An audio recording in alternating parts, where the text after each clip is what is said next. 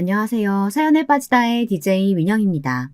오늘도 두 가지 사연 준비되어 있는데요. 구독과 좋아요 아직 안 누르신 분 있으시면 꼭꼭 눌러주시고요. 그럼 오늘의 사연도 함께 만나볼게요. 안녕하세요. 사연에 빠지다 청취자 여러분. 저는 30대 후반의 여성입니다. 결혼한 지 6년째이고요.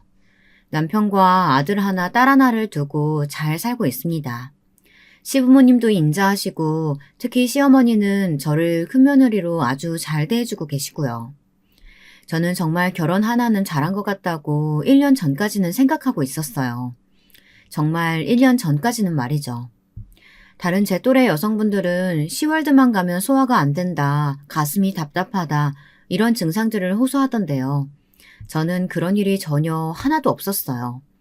집안에서 유일한 며느리였고 시부모님들이 저를 너무 예뻐해 주셨거든요. 특히 시아버지께서는 시댁에 행사가 있을 때마다 이렇게 말씀하셨어요. 우리 며느리는 정말 하늘이 내려준 복덩이야. 내 생각엔 우리 맏아들이 결혼 하나는 끝내주기 잘한 것 같다니까? 너는 첫인상부터 좋았어. 하나도 흠잡을 거 없는 좋은 아이야. 안 그런가 여보? 그래 맞아요. 내가 드라마에 나오는 버릇없고 못된 며느리들만 보다가 널 보면 눈이 정화되는 것 같아. 우리 민호가 결혼은 정말 잘했다니까. 제 자랑은 아니지만 저는 우리 어머니를 보고 자라 그런지 정말 어른들에게 예의 바르게 잘했어요. 저희 어머니는 안동 권씨의 종부 며느리시거든요. 권씨 문중에서 효부로 이름을 날린 종부 며느리. 1년에 12번이 넘는 제사를 지내면서도 50첩 반상을 차려내시던 대단한 며느리셨습니다. 저는 어렸을 때 큰 기와집의 대청마루에서 어머니가 젠걸음으로 열심히 일하시던 모습을 보며 자라났습니다. 그래서 저도 어머니께 전 부치는 법, 나물 부치는 법 등 초등학교 고학년 때부터 어깨너머로 배웠습니다. 제 고향은 안동이었어요. 그 커다란 고택에서 마당에서 언니랑 둘이 뛰어놀며 자랐습니다. 저희들이 노는 동안 제 어머니는 늘 이마에 땀이 송글송글 맺힌 채 하루 종일 장독을 닦으셨습니다. 할 일이 없으면 장독을 닦는 게 아니라 어머니께는 그것이 하루 일과였어요. 우리 집 뒷마당에는 장독이 100개나 있었거든요. 저는 그 장독들이 나중엔 어머니의 정신을 좀먹는 줄도 몰랐습니다. 그리고 저는 어렸을 적엔 어머니가 안동 권씨 가문의 종부라는 것이 너무 자랑스러웠어요. 제가 아주 동네방네 소문을 다 내고 다닐 정도로요. 학교 친구들이며 만나는 사람마다 우리 엄마는 종부 며느리란 말을 입에 달고 살았죠. 그런 저희 어머니가 딱 한 가지 못하신 게 있었어요. 그건 바로 대를 이을 아들을 낳는다는 아주 중한 일이었습니다. 그래서 어머니는 장독을 닦으시면서 친할머니 몰래 눈물을 훔치셨어요. 아주 자주 말이에요. 저는 어머니가 저희 친할머니 몰래 뒷마당에서 오실 때마다 그게 그렇게 마음이 아프더라고요. 친할머니는 어머니가 종부며느리로 들어와 아들을 못 낳자 어머니를 조선시대 하녀처럼 매일매일 구박하고 미워하셨어요. 종부며느리란 것이 제일 중요한 아들 낳는 걸 실패하는 게 말이 된다더냐? 너는 반쪽짜리다. 아주 반쪽밖에 안 되는 며느리야. 알아듣겠어? 그러니 네 서방이 후처를 보더라도 너는 그저 찍소리 말고 따라야 할 것이야. 네, 어머니. 죄송합니다. 제가 아들을 못 낳아서요. 그저 이 집에 있게만 해주세요, 어머니. 친할머니 말대로 아버지는 뻔히 저희 어머니가 계신데도 옛날 말로 첩을 들이셨어요. 아버지는 어머니를 사랑하셨지만 안동 권씨의 장손으로서 아들을 낳아 대를 이어야 한다는 제 할머니의 강원 염원 때문에 어쩔 수 없이 결혼을 2번 하셨습니다. 처음에는 아버지의 후처를 아주 돌보듯 하시던 아버지도 젊은 여자가 집안을 왔다 갔다 하니 마음이 점점 그 여자에게 기울어가는 것을 어머니는 느끼셨다고 하네요. 그럴수록 어머니는 집안일에 더욱 매진하셨습니다. 1년이 지나자 아버지의 후처는 아들을 임신했고 친할머니는 뱃속 아기가 아들이라는 것을 알자마자 그 여자에게 100만 원을 주시면서 하고 싶은 거 다 하고 사고 싶은 거 다 사라고 하셨다고 하네요. 여러분도 그때 돈 100만 원이면 지금 한 500만 원 정도 가치가 있는 거라는 거 알고 계실 거예요. 그렇게 손톱이 다 닳도록 일만한 어머니께는 아무것도 주지 않던 구두쇠 할머니가 그 여자에게 큰돈을 주자 아버지도 이번엔 할머니가 좀 심하셨다 싶었는지 어머니께 따로 예쁜 옷을 한번 해주셨습니다. 그런데 그게 어쩌다가 친할머니에게 발각이 되고 만 거예요. 아마도 아버지의 후처라는 그 여자가 할머니께 일러 바친 듯 했습니다. 친할머니는 아버지가 사주신 엄마의 고운 양장을 마당에 버리고 발로 지근지근 밟으면서 어머니께 소리치셨습니다. 아들 하나도 생산 못한 년이 어디 낮바닥을 뻔뻔히 쳐들고 남편한테 옷을 받아 입어? 행여 애비가 해주겠다고 하더라도 거절했었어야지. 니년은 양심이 없는 거냐? 계집년이나 둘 낳아놓고는 뭘 잘했다고 옷을 받아 입어? 어머니, 잘못했어요. 너무 아파요. 제발 제 머리 좀 놔주세요. 제가 잘못했어요. 네, 어머니. 그것도 모자라서 친할머니는 어머니의 고운 쪽진머리를 풀어헤치고 틀어쥐어 마구 흔들었습니다. 어머니는 눈물을 철철 흘리면서도 말대꾸 한번 못하시고 시어머니가 하라는 대로 할 수밖에 없었죠. 저는 눈앞에서 이 장면을 보고 그때부터 친할머니를 미워했던 것 같아요. 겨우 아들 못 낳는다는 이유로 저렇게 기죽어 지내던 어머니를 이해하지도 못했고요. 제 어머니에 대한 프라이드는 결국 친할머니에 대한 증오심으로 바뀌어버렸습니다. 어머니도 그렇죠. 잘못한 건 하나도 없는데 왜 저렇게 할머니께 꼼짝을 못하고 살았는지 이해가 되질 않았어요. 하지만 제 사상과는 다르게 어릴 때부터 몸에 밴 예의 범절은 저를 얌전하고 예의 바른 며느리로 각인되게 만들었습니다. 처음 제 남편을 따라 시부모님께 인사를 갔던 날이 생각나네요. 제 시부모님은 부유해서 서울 강남의 100평짜리 단독주택에 사시는 분들이었습니다. 제 시아버지는 그때 당시 이미 퇴직을 하신 상태여서 집안 마당에서 밀짚 모자를 쓰고 나무를 가꾸시고 계셨습니다. 그러다가 저를 보고 처음 하신 말씀이 지금까지도 생각이 나네요. 민호가 말하던 권씨 가문의 손녀가 너로구나. 만나서 반갑구나. 난 민호 애비 되는 사람이야. 요즘 사람들은 이렇게 주먹을 부딪히며 인사를 한다며? 시아버지는 그렇게 말씀하시며 목장갑을 벗고 주먹을 쥐어 제 앞으로 내미셨습니다. 그래서 저는 아버님의 주먹에 손을 부딪히는 대신 고개를 90도로 꺾어 인사를 드렸습니다. 배꼽에 손까지 얹고 아주 예의 바르게 말이에요. 안녕하세요, 아버님. 전 권진영이라고 합니다. 민호 씨와 사귄 지는 1년이 조금 안 되었어요. 민호 씨한테 말씀 많이 들어서 꼭 한번 만나 뵙고 싶었습니다. 제 얌전한 말과 행동을 보시고는 시아버지는 눈썹을 치켜 올리시며 흥미로운 표정으로 저를 다시 보셨습니다. 그러더니 시어머니를 소리쳐 부르시는 것이었어요. 곧 시어머니가 마당으로 나오셨는데요. 시아버지는 시어머니께 저를 요즘 사회에서 보기 드문 유교녀라고 소개하시지 뭐예요. 시아버지의 말씀을 듣고 제 남편은 그때 얼마나 웃었는지 몰라요. 아버지도 그런 말을 다 하실 줄 아시냐면서 시어머니, 시아버지와 남편 이 세 사람이 마당에 서서 배를 잡고 하하 웃으시더군요. 그런 모습이 저는 정말 보기 좋은 한 가족으로 느껴졌습니다. 그리고 나도 이 가족들의 일원이 되면 너무 좋을 것 같다는 생각을 한 거예요. 그래서 저는 그때 남편과의 결혼을 결심하게 된 것이었습니다. 저희 시아버님은 동년배의 꼰대 같은 영감님들과는 다르게 뭔가 깨어있는 생각을 가지신 멋진 분이었어요. 제 긴장감을 아시고 그렇게 바로 풀어주신 걸 보면 알 수 있을 거예요.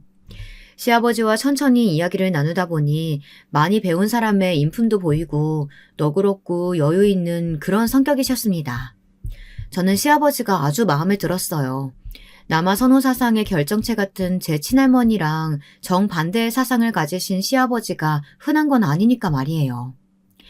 8, 90년대 주말 드라마에 보면 시아버지가 남아 선호 사상에 물들어서 며느리가 아들 못 낳는다고 구박하고 아내에게 툭하면 밥이나 차려오라면서 화를 내는 그런 캐릭터잖아요.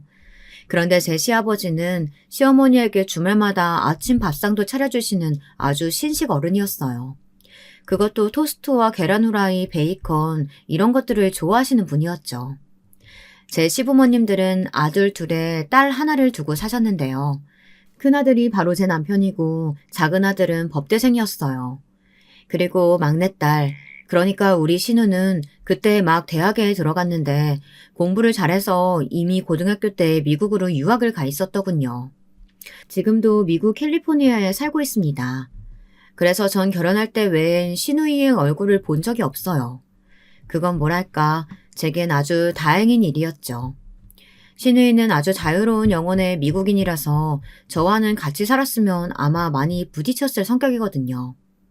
제 남편은 직업이 회계사입니다. 명문대 회계학과를 나와서 숫자밖에 모르는 제가 보기엔 좀 꽉 막힌 성격을 가진 남편이죠. 하지만 중요한 건 저를 아주 사랑해준다는 것이에요. 그것만 있으면 좋은 남편이잖아요. 그리고 둘째 서방님은 서울대 법대를 나왔어요. 그것도 아주 우수한 성적으로 졸업해서 로스쿨을 거쳐 검사로 임명이 되었죠. 그런 시동생은 저의 자랑거리였습니다.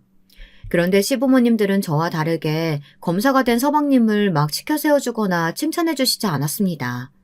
서방님이 로스쿨을 1등으로 졸업했을 때도 그저 무덤덤한 얼굴로 수고했다고 짧게 한마디씩 하신 것이 다였어요. 저는 좀 의아했죠. 여러분들도 이상하시죠? 만약 제 아이들이 서울대 법대생에 로스쿨까지 나와 검사가 되었다고 한다면 저는 어디든 그걸 말하지 않고는 못 베길 성격이거든요. 하지만 시부모님들은 그러시지 않았어요. 그저 당연한 듯이 둘째 도련님에게 이제 검사돼서 사회에 나왔으니 네 밥벌이는 해야 한다고 하시며 바로 용돈부터 끊으시더라고요.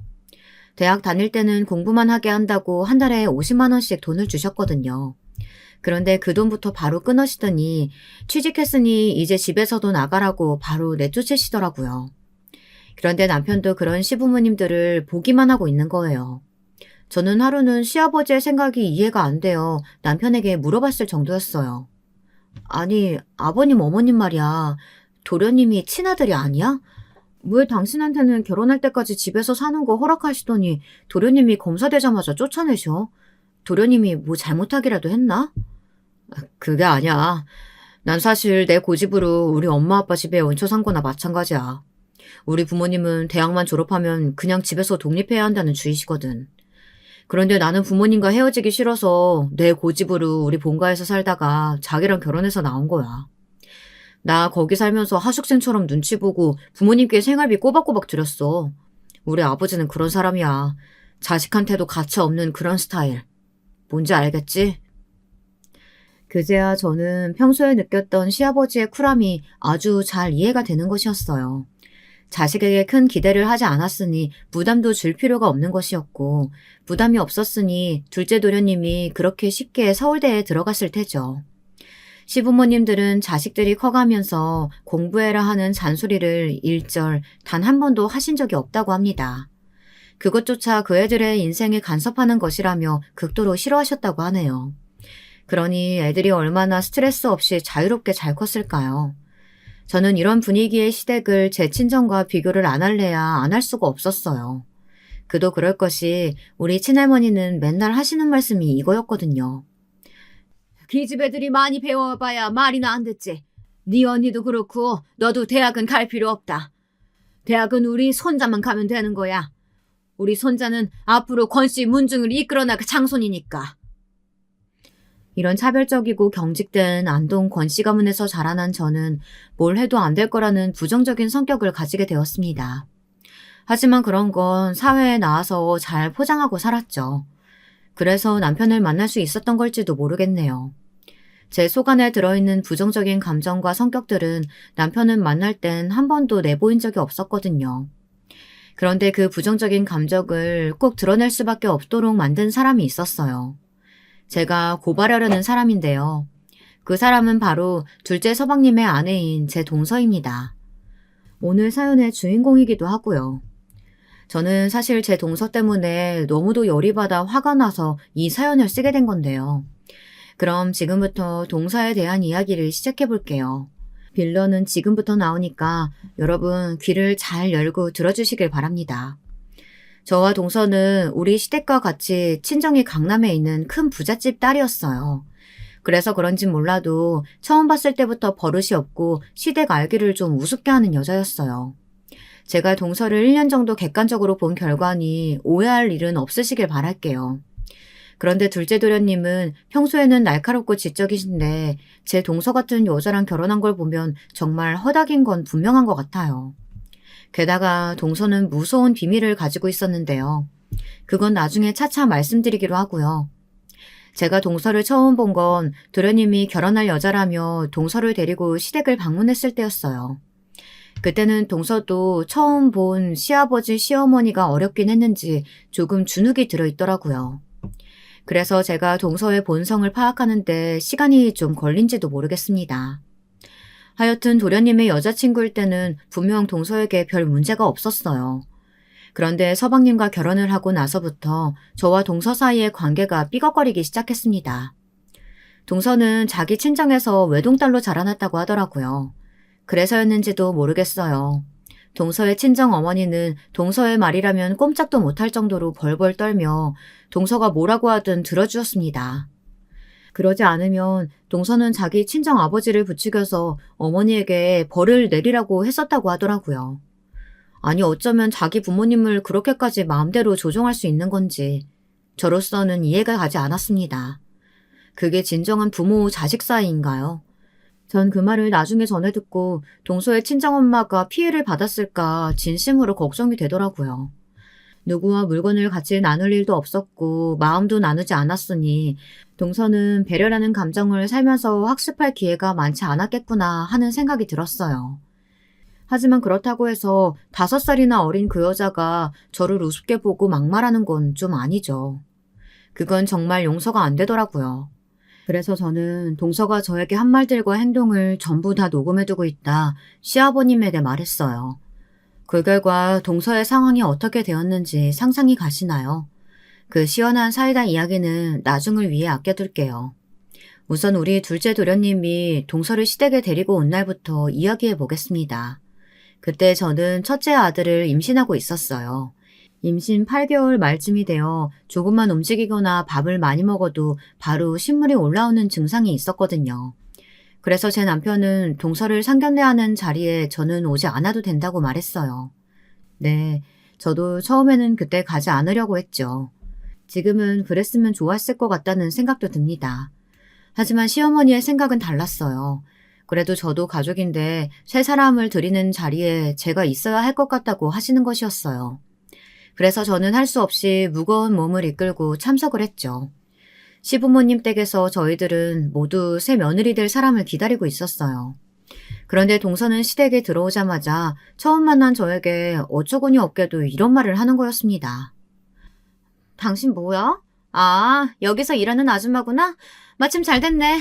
내가 긴장해서 물이 너무 먹고 싶은데 물 한 컵만 떠다 줘. 아참, 난 레몬수 아니면 안 먹으니까 레몬즙 좀 타다가 가지고 오는 거 잊지 말고. 지아야, 이분은 네 형님 될 뿐이야. 우리 형의 와이프라고. 그러니 네가 아무거나 막 시켜도 되는 사람 아니야. 얼른 형수님에게 사과해. 우리 도련님의 말을 듣고 동서는 미간을 찌푸리면서 저에게 오만불손하게 고개를 꾸벅 숙였습니다. 하지만 그 태도는 절대 진심으로 미안해하는 사람의 태도는 아니었습니다. 마치 남편 된 사람이 시키니까 어쩔 수 없이 한다는 식이었습니다. 그러더니 제 곁으로 와서는 조그맣게 저만 들리는 정도로 중얼거렸어요. 그러니까 왜 헷갈리게 그런 이상한 앞치만 하고 문 앞에 서 있고 지랄이야. 아, 진짜 내가 꼴 같잖아 가지고. 우리 자기랑 결혼만 하면 내가 이딴 여자는 상종이나 하나 봐. 뭐라고요? 도대체 초면에 무슨 그런 소리를... 어머, 제가 무슨 말을 했다고 그러세요? 형님, 기가 안 좋으신가 보다. 아니면 혹시 정신에 문제 있어요? 제가 너무 어이가 없어서 큰 소리로 동서에게 반박하려고 하자 동서는 제 입을 급히 막고 웃으며 저를 미친 여자 취급을 하는 거였습니다. 동서의 사이코패스 같은 이중성에 저는 너무나 놀라고 경악했어요. 게다가 이 여자는 저보다 한 수 위라는 것을 분하지만 저는 인정할 수밖에 없었습니다. 저는 살다 이런 불려우 같은 여는 처음 봤어요. 왜냐고요? 도련님이 동서에게 시부모님을 소개시켜주자마자 동서는 시어머니에게 딱 달라붙어 마치 시녀처럼 무엇이든 해주려고 하는 것이었습니다. 시어머니가 좀 덥다고 중얼거리시자 동서는 호들갑을 떨면서 말했습니다. 아, 오늘 날이 더운가? 잠깐만 여기 있어봐요. 땀이 다 나네. 어머, 어머니 더우신가 보다. 제가 에어컨 켜드릴게요. 오빠, 에어컨 리모컨 좀 갖다 줄래? 어머니, 제가 얼음물 좀 떠올까요? 됐어요. 형님은 임신해서 움직이기 힘드니까 제가 다 할게요. 그냥 앉아만 계세요. 와, 자기 정말 부지런하게 움직이네. 여기가 그래도 시집이라서 그런가? 보통 자기 안 그러잖아. 공주님처럼 앉아서 나한테 심부름만 시키면서. 오빠, 왜 그래? 시부모님 앞에서. 내가 그래도 오빠한테 해준 것도 많잖아. 둘째 도련님이 비아냥거리자 동서는 험하게 눈을 부라리며 둘째 도련님에게 억지로 웃어 보였습니다. 이때 저는 동서의 아나무인 같은 성격을 조금 간파했습니다. 제가 눈치가 빠르다는 말을 많이 듣거든요. 저는 그런 동서의 아기에 머리가 어지러질했어요. 모든 동서의 행동이 역겹게 느껴지고 이 자리를 빨리 빠져나가고 싶었습니다. 하지만 남편도 시부모님도 입안의 혀처럼 살갑게 행동하는 동서에게 눈이 멀어 그 여자의 실체를 파악하지 못했습니다. 그날은 그렇게 동서는 그 뻔뻔한 민낯을 완벽하게 감추었습니다. 결국 둘째 도련님은 그 악마 같은 여자와 결혼을 하고야 말았어요. 그때 도련님은 사법연수원 연수생이었는데요. 둘째 도련님은 나중에 검사가 되라고 하시는 시아버지의 말씀에 판사가 되고 싶은 마음을 접고 검사 쪽으로 지원을 했다고 하더라고요. 제 남편은 시아버지께 수능적인 데 반해 도련님은 자기 하고픈 대로 하기도 했던 모양이었지만 그래도 저희 집안에서는 아버님의 영향이 적지 않게 작용하긴 한 것 같습니다. 우리 신우는 둘째 도련님 결혼식에 잠깐 얼굴을 비추고 한 이틀 집에 있다 다시 미국으로 획 가버렸어요. 신우는 집에 며칠 있으면서도 있는 듯 없는 듯 자기가 아가씨 때 쓰던 방에서 잘 나오지도 않았어요. 저는 남편에게 어느 날 물어봤습니다. 도대체 신우애는 왜 미국에 갔으며 시어머니하고 한마디도 하지 않고 혼자 고립된 채 방 안에만 있었는지 말이에요. 그랬더니 남편은 정말 난감한 표정을 지으며 고개를 흔들었어요. 그 부분은 마치 알아서는 안 된다는 것처럼 말이죠. 하지만 저는 너무나도 궁금해서 남편에게 사실을 알려달라고 쫄랐어요. 우리 어머니가 막내 고등학생 때 한번 죽으려고 하는 걸 보셔서 그래. 그래서 다시는 그런 짓 하지 말라고 한번 크게 혼을 내신 적이 있거든. 그 이후로 내 동생은 우리 엄마랑 한마디도 하지 않아. 어렸을 때 미국 가서 거기서 혼자 지내면서 우리 막내가 굉장히 외로웠었나 봐. 그래서 남자친구를 사귀었었는데 하필이면 그 남친이 질이 나쁜 놈이었던 거야. 싫다는 우리 막내에게 손대려고 한 적이 있었거든. 그때 미국에 다녀오셨던 엄마가 크게 놀라서 그놈을 경찰에 신고했었어. 그래서 그 남친은 깜빵에 갔고 우리 막내는 극단적 선택을 하려고 했었어. 감당할 수 없는 큰 비밀을 알아버린 저는 그만 말문이 콱 막혀버렸습니다. 눈물이 그렁그렁해서 아무 말도 못하는 저를 보자 남편은 괜한 사실을 꺼내놨다면서 시어머니께는 제가 알고 있다는 사실을 비밀화라고 말했습니다. 저는 멍한 표정으로 고개만 끄덕였어요. 그 냉정한 신우 얼굴 이면에 이런 아픔이 있는 줄은 저도 몰랐지 뭐예요. 그러고 보니 돈이 많다고 해서 무조건 행복할 거라고 믿은 제가 좀 어리석었다는 생각이 들었습니다. 행복은 성적순도 아니고 재산 순서도 당연히 아니었는데 말이죠. 저는 웬만하면 살면서 동서를 마주치지 않으려고 노력을 많이 했습니다. 사실 그 여자는 한번 마주칠 때마다 기가 탈탈 털려서 너무 피곤한 스타일이었기 때문이에요. 동서는 서방님이 검사에 임용되자 마치 자기가 검사가 된 양 자랑스러워했습니다. 그 자랑이 너무나 지나쳐서 동서의 친구들이며 가족들한테까지 침을 튀겨가면서 자랑을 했습니다. 서방님이 검사 임명장을 가지고 온 날 동서의 친정에서는 검사 사위 나왔다고 너무 좋아했다고 하는데요. 우리 서방님의 장모님은 깔끔한 이태리제 양복을 한벌 해줄 정도로 그렇게 검사 사위가 마음에 들었다고 하네요. 저는 전생에 무슨 죄를 져서 그런 동서의 시시콜콜한 친정 이야기까지 다 들었느냐고요. 동서는 아주 작은 거라도 저에게 우월감을 느끼려고 그렇게 자랑질을 해댔거든요. 저는 동서와 안 만나려고 그렇게 용을 쓰긴 했지만 마주칠 일이 없으니 동서는 일부러 제게 전화까지 해서 서방님의 일거수일투족을 스포츠 중계하듯이 자세하게 자랑하는 것이었어요. 글쎄 오늘도 우리 남편이 말이죠. 이렇게 시작되는 전화통화 내용은 이랬습니다. 서방님이 무슨 사건을 해결하고 범인을 어떻게 치조했는지, 그리고 오늘은 무슨 옷을 입고 갔고 집에 돌아올 때 본인에게 무슨 선물을 사왔는지. 동서는 그런 하찮은 이야기들을 저에게 매일 전화해서 자랑질을 해댔습니다. 그러니 듣고 있는 저는 귀에서 피가 날 정도였죠. 여러분들도 다들 아실 거라고 생각합니다. 교장 선생님이 아침조에 훈화 말씀하실 때 어떤 느낌인지 말이에요. 뭔 소리 하는지 관심도 없고 쩍쩍 하품만 나오고 얼른 안 끝나나 그런 생각밖에 안 들잖아요. 그런데 말하는 사람은 그렇게 자기 공만 치하하고 자랑만 늘어놓는 그런 느낌 있잖아요. 검사 직위는 우리 서방님이 받았는데 동서는 완전히 자기가 검사인 양 그 역할에 도취해 있었던 것 같습니다. 어린애들 중 자기 아빠를 자랑하고 아빠가 무슨 높은 자리에 있으면 꼭 자기가 그 권력을 가진 것처럼 남들을 휘둘러대는 그런 철부지 애들 있잖아요. 동서는 꼭 그런 철없는 아이들 같았습니다. 네, 맞습니다. 처음부터 동서의 저런 행동들을 받아준 제 잘못인 것 같습니다. 그래도 처음에는 동서랑 척을 지기 싫어서 그 지겨운 자랑질들을 다 들어줬습니다. 그랬더니 처음엔 10분, 20분 되던 통화 시간이 점점 1시간이 넘어가는데 저도 더 이상 참을 수가 없더라고요. 그래서 동서에게 따끔하게 한마디 해줘야겠다고 생각했습니다. 그래서 저는 큰맘 먹고 어느 날 또 동서에게 전화가 왔기에 선언을 했죠. 동서, 내가 참다 말하는 건데 앞으로 이런 쓸데없는 이야기 할 거면 전화하지 말았으면 좋겠어. 동서는 아직 아기도 없지? 난 애가 이미 둘이나 돼. 그리고 우리 애들 예민해서 전화벨 소리에도 깨거든? 그럼 걔네들 돌봐야 하는 건 나야. 그러니까 동서, 평소에 전화 좀 안 했으면 좋겠어. 정말 급한 일 아니면 전화 좀 그만해줘. 부탁할게. 제가 이 말을 꺼내놓자 동서의 끝을 모르던 수다가 갑자기 뚝 끊기더라고요. 동서가 몇 초간 아무 말도 없이 거칠게 숨을 몰아쉬는 것이 느껴졌습니다. 저는 동서가 제 말을 알아들었는 줄 알았어요. 안도하면서 전화를 끊으려고 할 때 동서가 갑자기 소리를 꽥 하고 지르는 것이었어요. 뭐라고? 나 참 어이가 없어서. 서민 주제에 네 년이 뭐라고 형님 맹세야? 이 미친년아. 어디서 내가 얘기하는 거에 토를 달아? 그딴 식으로 해봐. 내가 우리 남편한테 너를 어떻게 말하는지 두고 봐. 나한테 잘 보여야 그 목숨, 그리고 그 형님 지위, 그거 유지할 수 있는 거라는 거 몰라? 앞으로 많이 곤란해질 거야. 그렇게만 알아도. 동서의 그 미친 듯한 발언에 저 역시 어이가 없어졌습니다. 제가 뭐라고 반박을 하려고 했는데 그 틈도 안 주고 동서는 전화를 일방적으로 끊어버리더군요. 어쨌든 저는 소기의 목적을 달성한 것 같았어요. 그 이후 지겹던 동서의 전화와 자랑질은 뚝 끊어졌으니까요.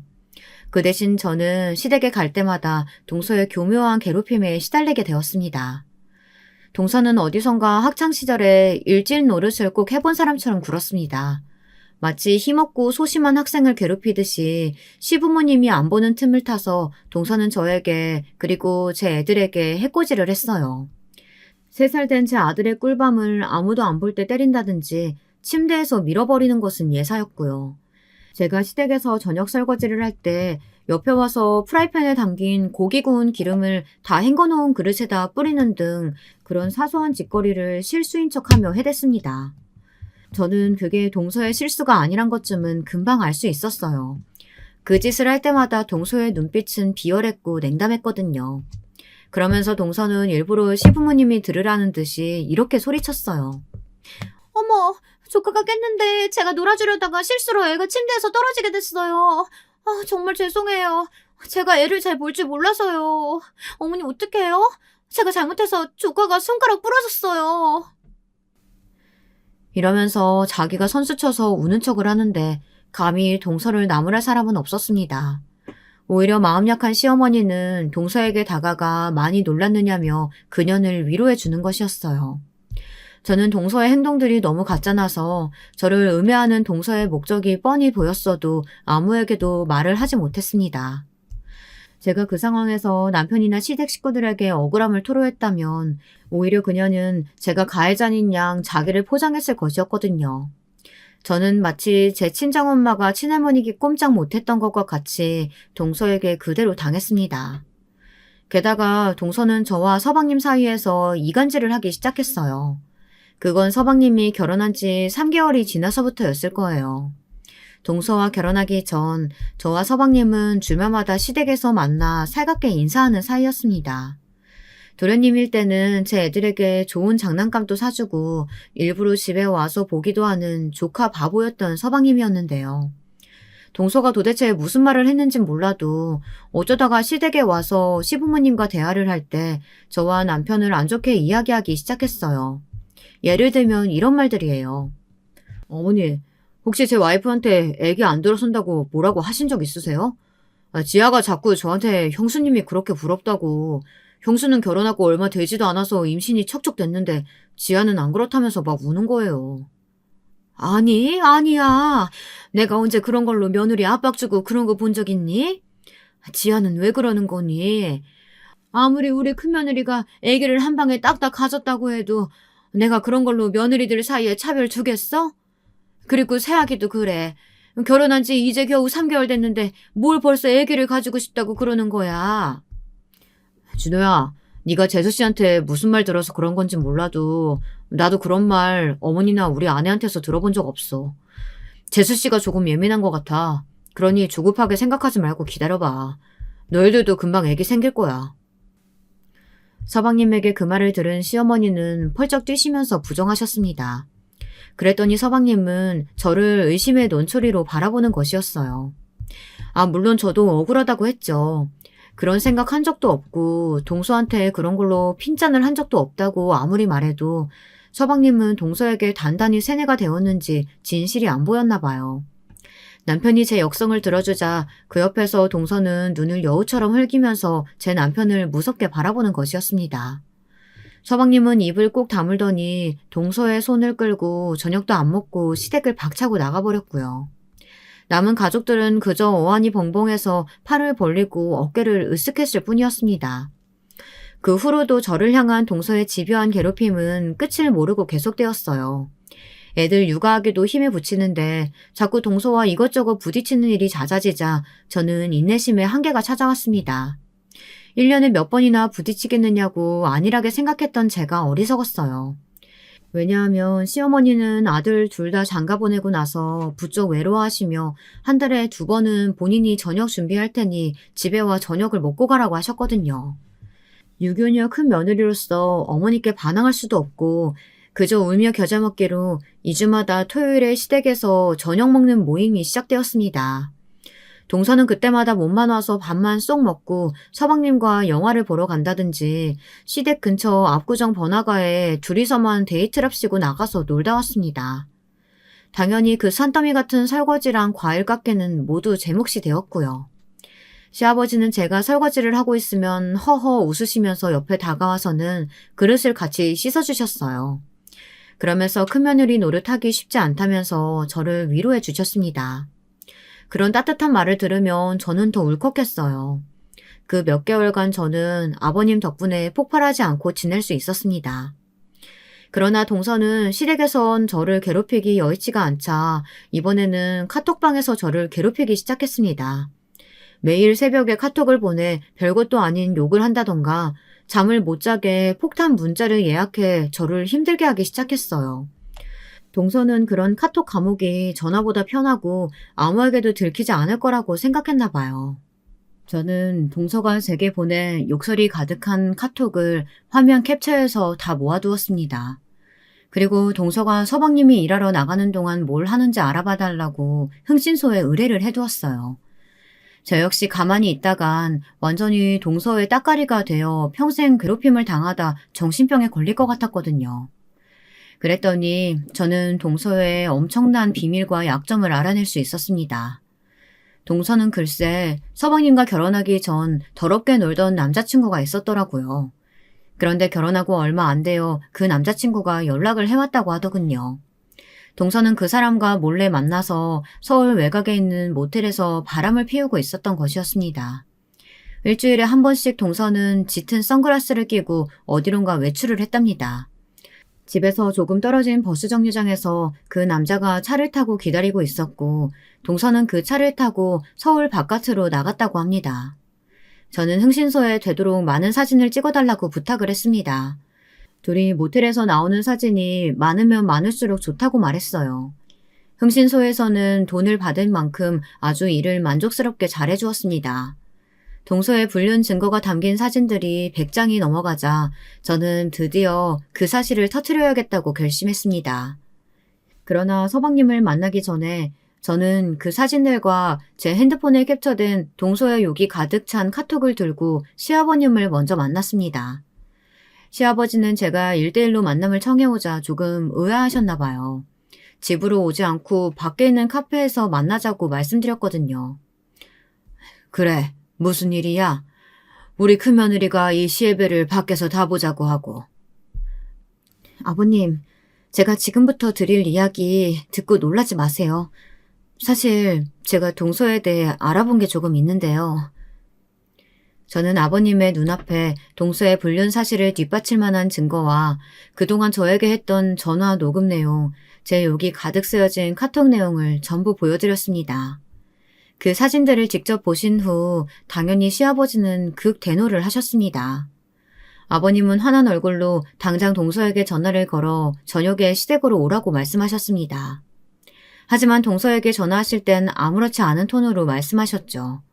그리고는 제 어깨를 두드리면서 걱정하지 말라고 아버님이 본인의 선에서 해결을 하시겠다고 하셨습니다. 그 운명의 저녁이 다가왔어요. 저는 되도록 불쌍하게 보이게 아무 꾸밈도 없이 맨 얼굴로 시댁에 갔습니다. 영문을 몰랐던 남편은 아버지가 갑자기 왜 호출을 하시냐고 하면서 조금 볼멘 소리를 했습니다. 사실 그날 저녁 집에 일찍 퇴근한 남편은 치킨에 맥주 한잔 하면서 유럽 축구 경기를 보기로 했었거든요. 하지만 저는 남편에게 꼭 같이 가야 한다고 축구보다 더 중요한 경기가 있다고 말했습니다. 도대체 무슨 꿍꿍이인 거냐고 남편은 반쯤 저를 의심했지만 더 불평하지 않고 시댁으로 함께 갔습니다. 애들은 제 친정엄마에게 맡겼어요. 어머니께 제 집에 올라와서 하룻밤만 애들을 좀 봐달라고 부탁드렸죠. 곧 난장판이 벌어질 텐데 그 난장판에 애들까지 데리고 갈 수는 없지 않겠어요. 저와 남편이 시댁에 도착하자 서방님 내외는 이미 와 있더군요. 저녁상은 상다리가 부러지게 각종 음식들이 차려져 있었어요. 마치 명절인 것처럼 말이에요. 저는 속으로 놀랄 수밖에 없었습니다. 시어머니도 아직은 동서의 불륜 사실을 모르고 계셨던 게 틀림없었습니다. 만약 알게 되었다면 저렇게 동서와 웃으며 이야기하고 있을 수는 없었겠죠. 저는 괜히 주눅이 들어 쭈뼛거리며 식탁에 앉았습니다. 밥 먹는 그 순간이 정말 10년처럼 길게 느껴지더라고요. 상을 치우고 다 같이 있는 자리에서 시아버지는 굳은 얼굴로 동서의 그 사진을 꺼내놓으셨어요. 서방님은 식탁에 아무렇게나 널브러진 동서의 불륜 사진을 보고는 눈을 커다랗게 뜨며 경악해 소리쳤습니다. 지아야, 이게 무슨 일이야? 왜 자기가 이 남자랑 모텔에서 나와? 너 솔직히 말해봐. 나 몰래 이놈하고 무슨 짓 했어? 동서는 시아버지의 손에서 이 사진이 나왔다는 사실이 믿어지지 않았는지 손을 부들부들 떨며 얼굴이 하얗게 질렸어요. 한참 동안 아무 말도 없던 동서의 입에서 서러운 울음이 터져나왔습니다. 그리고 동서는 시아버지 앞에 무릎을 꿇고 두 손을 머리 위로 모아 싹싹 빌기 시작했어요. 아버님, 잘못했습니다. 잘못했어요. 제발 한 번만 용서해주세요. 일부러 그런 거 아니었어요. 그 새끼가 갑자기 전화가 와서 저도 협박당해서 어쩔 수 없이 나갔던 거예요. 아니면 우리 오빠 만나기 전에 어떻게 놀았는지 이 새끼가 다 오빠한테 이야기한다고 해서 그래서 나갔던 거예요. 동서가 떨리는 목소리로 궁색하게 변명을 해보았지만 시아버지의 날카로운 눈을 피해갈 수는 없었어요. 시아버지께서는 분기탱천에 동서에게 버럭 소리를 지르셨죠. 저는 결혼 후에 이렇게 화를 내시는 시아버지를 본 적이 없었습니다. 항상 우리 애들에게 인자한 할아버지셨던 그 얼굴은 지옥의 야차처럼 일그러졌습니다. 둘째야, 너 그 변명 같은 게 정말이냐? 그렇다고 하기엔 네 얼굴이 너무 행복해 보이는 거 아니냐? 내 이미 다 알아보고 한 말이야. 감히 시애비를 뭘로 보고 나한테까지 거짓말을 놀아놓는 게야? 정말 정신 번쩍 들게 한번 혼나볼 테냐? 아니요, 아버님. 형님, 제가 잘못했어요. 아버님께 저 좀 용서해달라고 한마디만 해주세요. 네, 형님. 저 그래도 형님한테 많이 못되게 굴진 않았잖아요. 그렇게까지 못되게 하진 않았다고요. 동서는 제 앞에서 눈물을 펑펑 쏟으며 고개를 꾸벅꾸벅 조아리며 용서를 빌었어요. 저는 그런 동서를 말없이 외면함으로써 절대 동서를 용서하지 않겠다고 결심을 보였습니다. 시아버지는 마룻바닥에 꿇어앉은 동서에게 다가가 커다란 손바닥으로 뺨을 시원하게 올려붙여 버리셨어요. 평소에 아무렇지도 않게 거짓말하는 사람을 제일 혐오하고 경멸하는 것이 바로 시아버지의 성격이었거든요. 그런데 동서는 아직 그런 시아버지의 성격을 파악하지 못했던 거죠. 동서는 설마 아버님이 뺨을 때리실 것까지는 예상을 못했는지 눈물 범벅인 눈을 크게 뜨고 시아버지를 바라보고만 있었습니다. 곧이어 시아버지는 동서에게 한마디 한마디 힘주어 말씀하셨습니다. 그런데다가 둘째 네가 뭐라고 우리 큰며느리한테 이런 끔찍한 짓을 했어? 얼른 진영이한테 잘못했다고 더 빌어. 위아래도 없이 말이야. 어디 감히 집안 막내가 되어가지고 이런 못된 짓을 할 수가 있니? 이 애는 네 형님이야. 우리 집안 큰며느리라고. 안 되겠다. 내 너희 부모님을 호출해야겠다. 그리고 너 어서 우리 준호랑 헤어져라. 그렇게밖에 이 일은 해결할 길이 없다.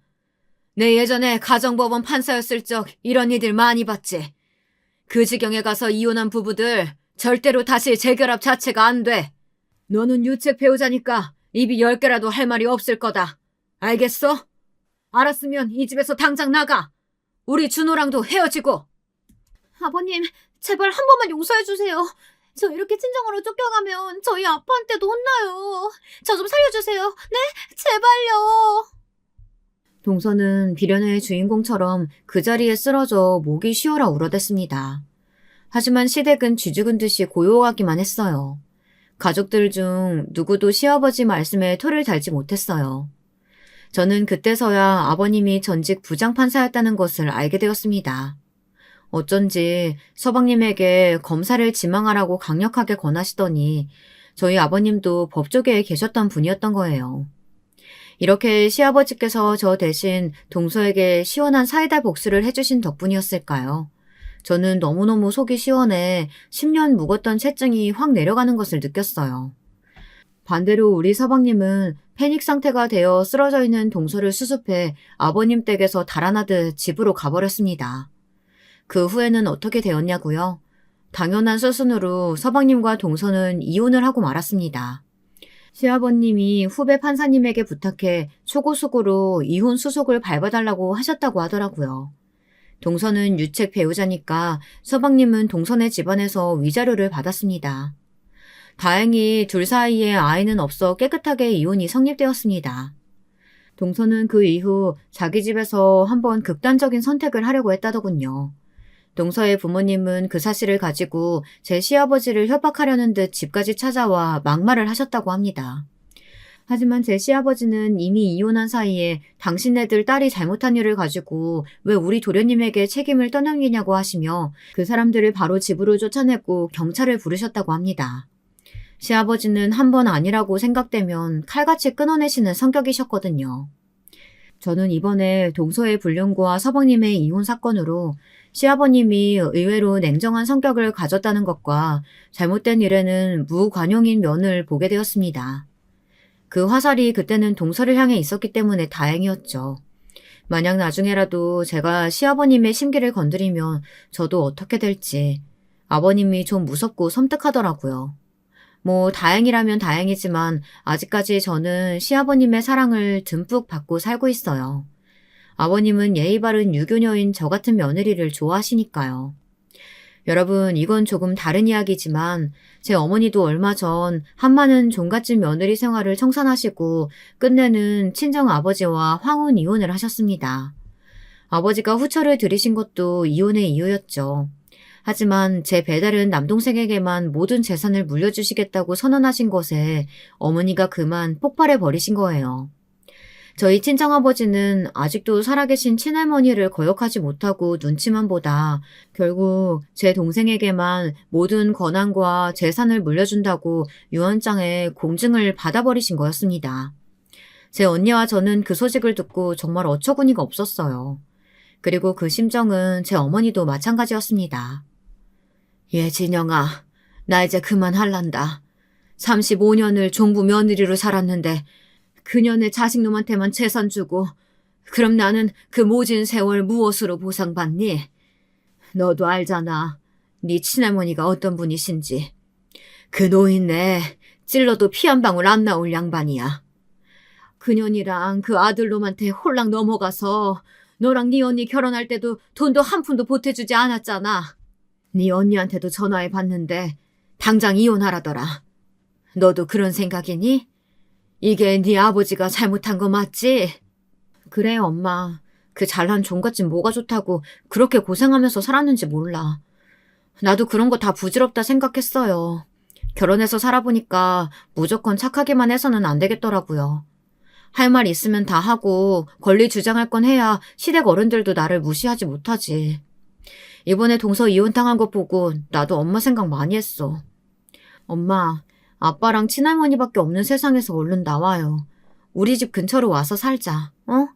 늙음하게라도 행복해야지. 언제까지 가스라이팅 당하고 살 수는 없잖아요. 저는 이번에도 시아버님께 후배 판사님을 소개받아 어머니의 이혼 소송을 아주 성공적으로 끝낼 생각입니다. 어머니께서 시집온 후 고생하셨던 것 다 금전적으로 보상받고 정신적인 피해 보상까지 주장해서 어머니에게 승소와 거액의 위자료를 안겨드리려고 합니다. 여러분, 오늘 제 이야기 어떠셨나요? 저는 이번 일로 느낀 것이 있어요. 사람은 그 행위대로 보상받고 벌도 받는다는 사실이요. 이건 변할 수 없는 진리인 것 같습니다. 저는 판사 시아버지 덕에 통쾌하게 못된 동서에게 복수라도 했지만 아직도 더럽고 치사한 시댁살이를 하시거나 동서나 형님에게 고통받고 있는 이 시대의 며느리들이 계시겠죠. 저는 감히 참지 마시고 일어나라고 말씀드리고 싶어요. 나만 참으면 평화가 올 거야. 내가 희생하면 돼. 이런 생각과 말이 사람의 정신을 파고들어 세뇌를 당하고 좀먹게 만들어 결국 화병이 생기고 마니까요. 즐겁고 행복하게 살아도 짧은 인생 아니겠어요? 그러니 여러분들도 하고 싶은 거 다 하시고 안 하고 싶은 건 당당하게 거절하는 그런 생활을 하시길 바랍니다. 창밖에는 비도 오고 날도 흐리네요. 저의 두서없는 긴 사연 들어주셔서 감사하고요. 다음엔 좋은 사연으로 찾아뵈면 좋겠네요. 그럼 청취자 여러분, 안녕히 계세요.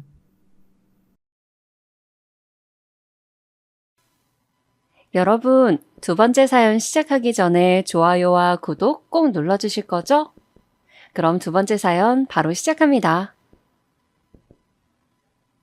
저랑 남편은 1살 차이라서 거의 동갑내기 친구처럼 대화도 잘 통하고 같이 있으면 즐거운 사이였어요.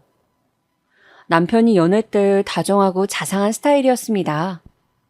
밤 늦은 시간은 물론 새벽에도 제 전화나 문자 한 통에 바로바로 반응해주고 달려와주는 사람이었어요. 저에게 한없이 잘해주던 남편이었습니다. 무엇보다 저희가 연애 기간이 긴 건 아니었는데 이때 친정아빠가 돌아가셨어요. 그런데 남편이 저를 너무나도 살뜰하게 챙겨준 거예요. 친정아빠 마지막 가시는 길도 믿음직스럽게 지켜주었습니다. 내가 경제적으로 조금만 더 안정이 되면 나는 너랑 꼭 결혼하고 싶어. 남편이 저에게 이런 말을 해주었을 때 저는 같은 마음이 들었어요. 바로 그때 제가 이 사람과 결혼하고 싶다는 것을 저도 깨닫게 되었죠. 막연히 1년이나 2년 뒤쯤이면 시기적으로 딱 좋겠다 이런 생각을 품었더랍니다. 그런데 그 시기가 아주 앞당겨지게 되었어요. 결코 의도한 것이 아니었는데 아무튼 임신이 되어버렸거든요. 갑작스럽고 당혹스럽다는 말로는 그 당시의 기분을 표현할 수 없을 정도로 넋이 나가 있었습니다. 도대체 이게 무슨 상황이지? 이런 일이 생기지 않도록 나는 나름 철저히 방비를 했다고 생각했는데 임신이 되어버리다니 이 일을 어떻게 하면 좋아? 사흘을 혼자 고민하다가 남편에게 말했었죠. 분위기를 잘 살펴가면서 임신했다는 고백을 하는데 남편이 깜짝 놀라면서도 무척 기뻐하는 거예요. 그 모습을 보면서 저는 안심이 되었던 것 같아요. 결혼하기에는 너무 이른 시기라 생각이 되었던 때였지만 뱃속에 생긴 생명에게는 그 어떤 잘못도 없었기에 이 생명을 저버린다는 선택지는 차마 고를 수 없었습니다. 그래서 남편하고 바로 결혼을 해버렸어요. 친정에 있던 재산과 제가 짧은 사회생활을 하면서 모았던 돈, 그리고 시댁에서 보태주는 돈을 합쳐서 전셋집에서 첫 결혼 생활을 시작하게 되었어요. 그때가 막 대대적인 전세 사기 범죄가 수면 위로 떠오르던 때였기 때문에 겁도 났지만 시부모님께서 건너 지인을 통해 알아봐 주신 매물이었기에 감사하게도 전세 계약을 할 수 있었습니다. 그리하여 신혼집 위치는 시댁과 상당히 가까운 동네였고요. 결혼은 미친 짓이다라는 희대의 명언이 있기 전에 결혼은 지극한 현실이다라는 명제가 있죠. 저는 결혼을 하고 그것을 절실히 체감하게 되었어요. 섣부른 판단과 성급한 상황이 어우러져 만들어낸 결혼. 그 안으로 뛰어들자마자 새로운 세계가 펼쳐졌답니다. 우선은 가장 먼저 저와 결혼하여 배우자가 된 그 당사자 남편하고 미묘한 불협화음을 내기 시작했던 것부터 거슬렸습니다. 나이가 지긋하신 분들이라든지 결혼 생활이 아주 오래되신 분들의 시각에서는 이런 점이 사소하고 우습게 보이실 수 있겠지만 저는 무척 심각하였어요. 별거 아닌 것 같은데 이런 것들이 결혼 생활 초반부터 쌓여가면서 저의 신경을 건드려댔습니다. 예를 들자면 대략 이런 상황들이었는데 한번 잘 봐주시겠어요? 오빠, 나 지금 집에 들어가는 길. 오빠는 퇴근 언제 할 거야? 왜 아직도 일 마쳤단 소리가 없어? 연락하는 거 깜빡했다. 나 오늘 급하게 일이 좀 추가가 됐어. 밤 10시나 돼야지 퇴근할 것 같은데. 왠지 그럴 것 같더라니. 오빠 집에 들어오면 11시쯤이겠네? 나 그때까지 너무 외로운데? 어제는 오빠가 퇴근 후에 친구들이랑 약속이 있어서 늦게 왔잖아. 나 계속 혼자 있으면 너무 심심해. 그럼 내가 더 일찍 가보도록 할게. 무조건 11시 되기 전에 집에 들어갈 거야. 이렇게 대화를 마친 후 저는 먼저 집으로 도착해서 간단히 저녁을 먹었습니다. 그리고 집안 청소를 한 다음에 입이 심심해서 과자를 먹었죠. 참고로 남편은 과자를 잘 안 좋아했어요. 밥이라든지 각종 음식은 안 가리고 다 잘 먹고 음료수나 아이스크림 이런 것도 즐겨 먹는데 과자류는 별로 안 좋아하고 가리는 게 많았습니다. 그래서 집에 있는 과자들은 거의 다 제 차지였어요. 어차피 남편은 과자를 같이 먹지도 않으니까 저 혼자서 주워 먹었고요. 그러고 있다 보니까 나른해져서 잠시 눈을 붙였습니다. 임산부가 되니까 호르몬이라는 게 저를 조종하더라고요. 침대에서 과자 오물거리다가 끝내 잠이 들었는데 집에 돌아온 남편이 화를 내는 겁니다. 너 뭐야? 내가 기껏 너 때문에 일 더 빨리 마치고 돌아왔는데 너는 지금 퍼질러서 자고 있어? 오빠 이제 왔어? 뭐야, 시간 보니까 거의 11시 다 돼가네. 딱히 더 일찍 온 것도 아니잖아. 갑자기 왜 큰 소리를 내? 11시가 아니라 10시 30분 아냐. 큰 차이라고. 나는 일이 많아서 하루 종일 회사에서 시달렸는데 그래도 와이프가 외로워하는 것 같아서 심심하다길래 신경 써서 일 빨리 처리하고 와봤더니 침대에서 과자 처먹다가 자고 있었냐? 부스러기 다 흘려가면서. 너는 애가 왜 이렇게 매너도 없고 버르장머리가 하나도 없냐? 이런 식으로 매사에 너는 이기적으로 군다고.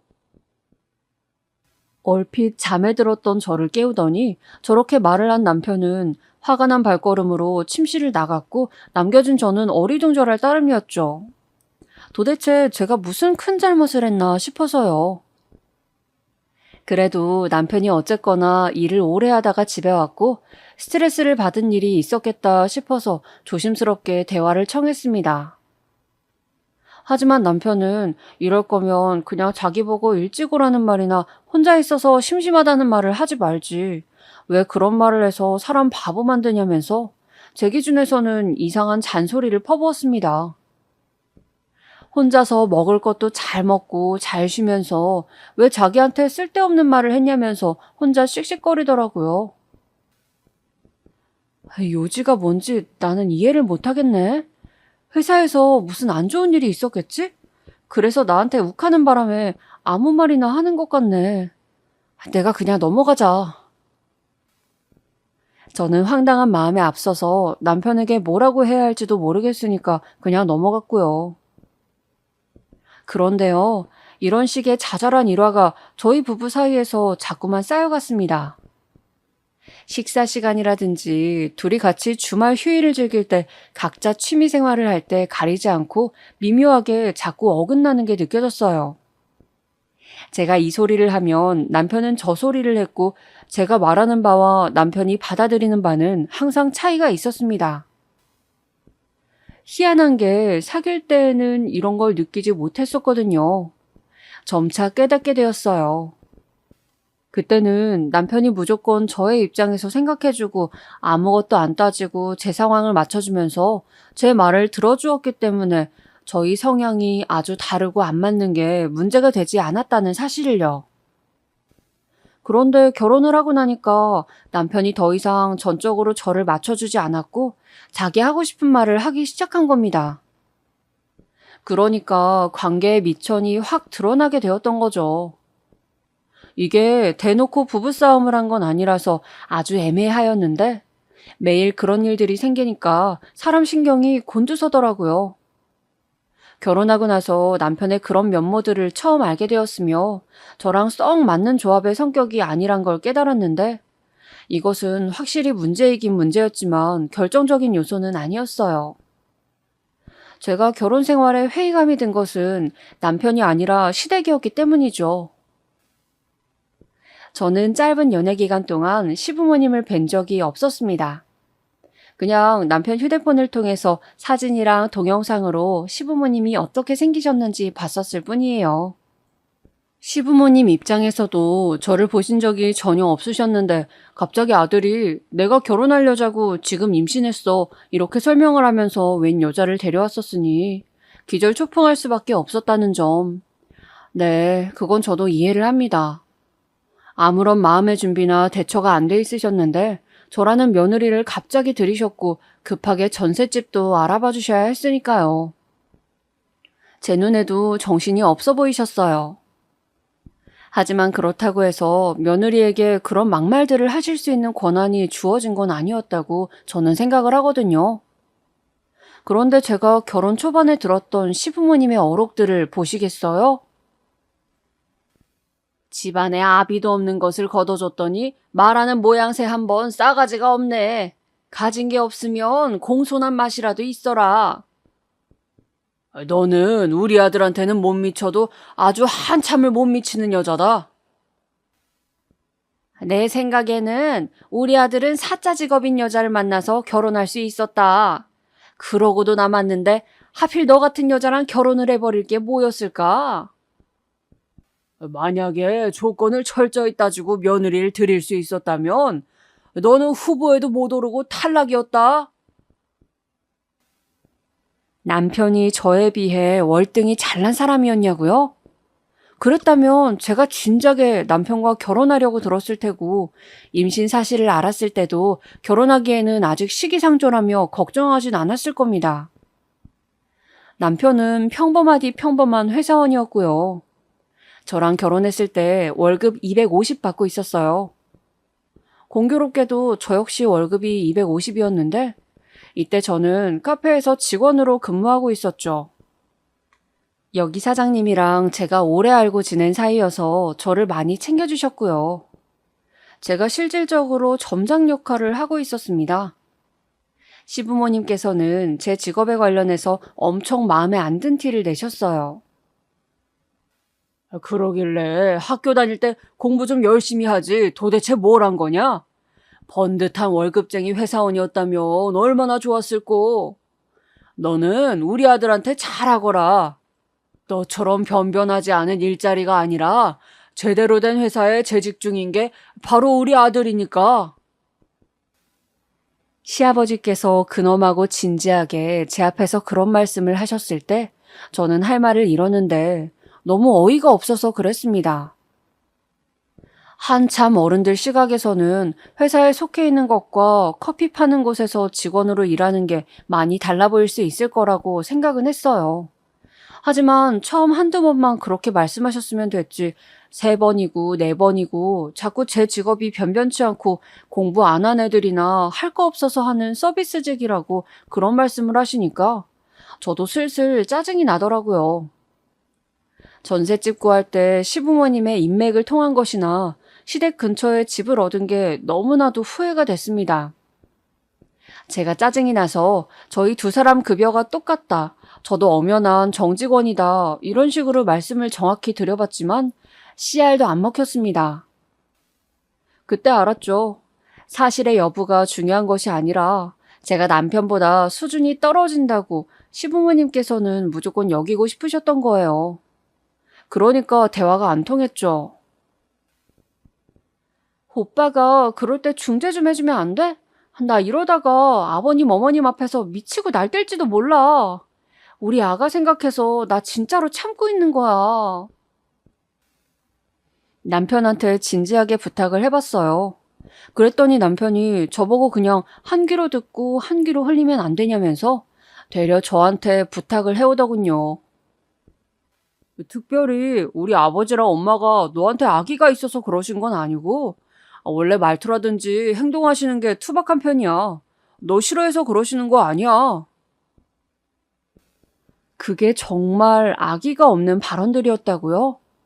2번 투박했다가는 사람도 치겠던데요? 저는 이를 갈면서 그냥 인내하였습니다. 똥이 더러워서 피하지 무서워서 피하는 건 아니라는 말을 곱씹으면서 말이죠. 게다가 남편놈이 하등 이 문제에 있어선 도움이 안 되겠다는 판단이 선 후였습니다. 부부 사이에서도 미묘하게 어긋나는 지점들이 자꾸 발생해서 화딱지가 자주 났었는데 여기에 시부모님의 아나무인 막말까지 얹어지니까 저는 정말 환장할 지경이었죠.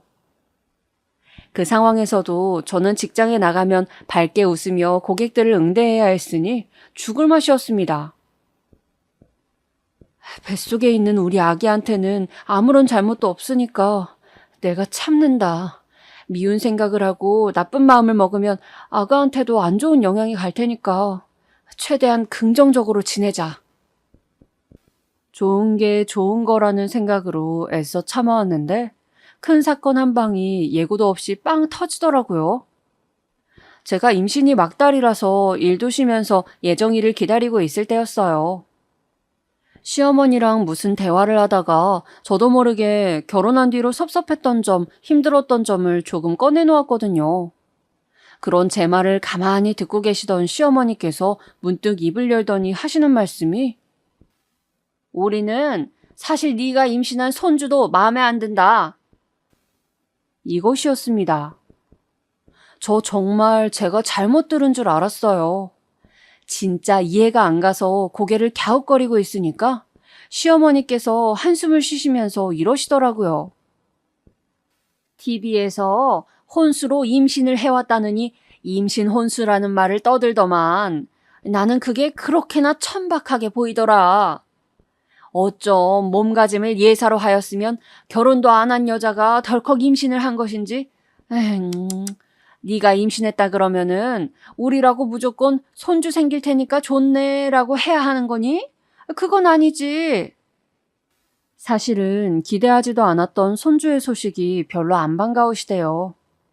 그 말씀을 듣고 나니까 정신이 멍해지면서 아무 생각도 안 들었습니다. 제가 이 집안에서 철저한 의리고 진정한 한 가족이 아니다라는 사실만큼은 분명하게 알겠더군요. 제 아이가 과연 이 집에서 정당한 구성원 대우나 받을 수 있을지 의심마저 되었어요. 예정일을 딱 일주일 앞두고 제가 오죽하면 멍한 얼굴로 남편에게 이혼 얘기를 꺼냈습니다. 너 미쳤어? 갑자기 왜 이래? 우울증이라도 온 거야? 이제 출산할 때가 오니까 저의 정신 상태가 살짝 이상해진 것 같다면서 남편은 저를 병자 취급하였습니다. 제가 코웃음을 치면서 그랬죠. 그래, 미쳤다. 시댁 때문에 우울증 걸리게 생긴 며느리, 그게 바로 나야. 오빠가 지금 선택해. 나랑 아기를 고르든가 자기 부모를 고르든가 한쪽만 선택하라고. 한쪽만 선택하라는 게 그게 말이나 돼? 너 지금 네가 무슨 소리를 하는 건 줄은 알아? 잘 알아. 나는 오빠가 아버님 어머님하고 왕래 안 끊으면 이혼할 거야. 그러니까 양자택일해. 혼란스러워하는 남편에게 시부모님의 막말들을 아주 일목요연하게 정리해서 전달을 해주었습니다. 특히나 시어머니께서 당신의 곧 태어날 손주를 달가워하지 않으신다는 대목을 강조해서 말이죠. 자기는 절대로 불효자가 될 수 없다면서 길길이 날뛰던 남편. 이틀간 저랑 말도 안 했어요. 그런데 저는 출산 직전이었고 제가 워낙 확고하니까 자기도 마음을 돌리더라고요. 앞으로 시부모님하고 저랑 부딪히는 일은 일절 없을 거라고 저한테 약속하였습니다. 무사히 아들을 낳았고 저의 곁에는 남편과 친정엄마는 있었으나 시부모님은 안 계셨습니다. 제가 보고 싶지 않다고 했거든요. 남편은 어쩔 수 없이 자기 부모를 안 불렀죠. 우리 딸, 그동안 무슨 일들이 있었던 거야, 어? 제가 심상치 않은 지난 수개월의 결혼 생활을 보냈음을 직감하신 친정엄마가 너무 걱정하시길래 저는 일부러 일화들을 축소해서 말씀드렸습니다. 하늘나라로 여행 간 네 아빠가 지금 있었더라면 누구보다 손자의 탄생을 기뻐했을 텐데 우리 딸 장하고 기특하다면서 너한테 좋은 말을 많이 해줬을 양반인데. 그렇게 눈물 짓는 친정엄마 앞에서 차마 고지고대로 모든 이야기들을 밝힐 수는 없었어요. 혼전 임신으로 갑자기 결혼하게 된 것만으로도 저는 늘 죄인이 된 것 같았거든요. 가뜩이나 마음의 짐을 지고 있는 상태에서 남편과 썩 화목하지 않다는 사실과 시부모님으로부터 온갖 괄시를 받아왔다는 걸 도저히 밝힐 수가 없었던 겁니다. 시부모님께서는 막무가내로 저를 찾아오셨다가 발길을 돌리셨어요. 그래도 멀찍이 신생아실 너머의 유리창에서 저희 아기는 보고 가셨더라고요. 제가 이 사실을 어떻게 알았겠나요? 당연히 남편이 저한테 다 떠들어서 알게 되었죠. 우리 아버지랑 엄마가 애처롭지도 않냐? 출산한 며느리를 축하해주러 오셨다가 그대로 가버리셔야 했잖아. 네가 안 만나줘서. 나는 안 불렀는데 내가 왜 멋대로 찾아오신 불청객분들을 만나줬어야 해. 불청객이라니? 너 보러 오신 분들한테 그런 말은 진짜 실례 아니냐? 며느리를 보러 온 게 아니라 손자를 보러 오신 거겠지. 그리고 왜 오빠 마음대로 여기 주소를 알려드렸어? 난 동의한 적 없는데. 왕래 끊겠다고 분명히 약속한 거 아니었어? 왜 사람이 벌써 한 입으로 두 말 하려고 들어? 너는 애 낳은 지 얼마 안 된 애가 기운도 좋다. 벌써 이렇게 바락바락 할 말 다 하면서 대드냐? 그렇게 남편이 말하는 순간에 솔직히 그 면상을 쳐다보기도 싫었습니다. 연애 중에는 대단할 정도로 괜찮아 보이던 사람이었건만 결혼하고 나서 왜 이렇게 못나 보이는지를 모를 일이었습니다. 아기를 품에 안고 있을 때면 세상의 모든 충족감이 저한테 밀려오다가도 그러지 않은 때면 제가 남편을 죽이고 싶은 것인지 아니면 제가 그냥 콱 죽어버리고 싶은 것인지 헷갈릴 정도로 위험한 충동이 밀려들었어요.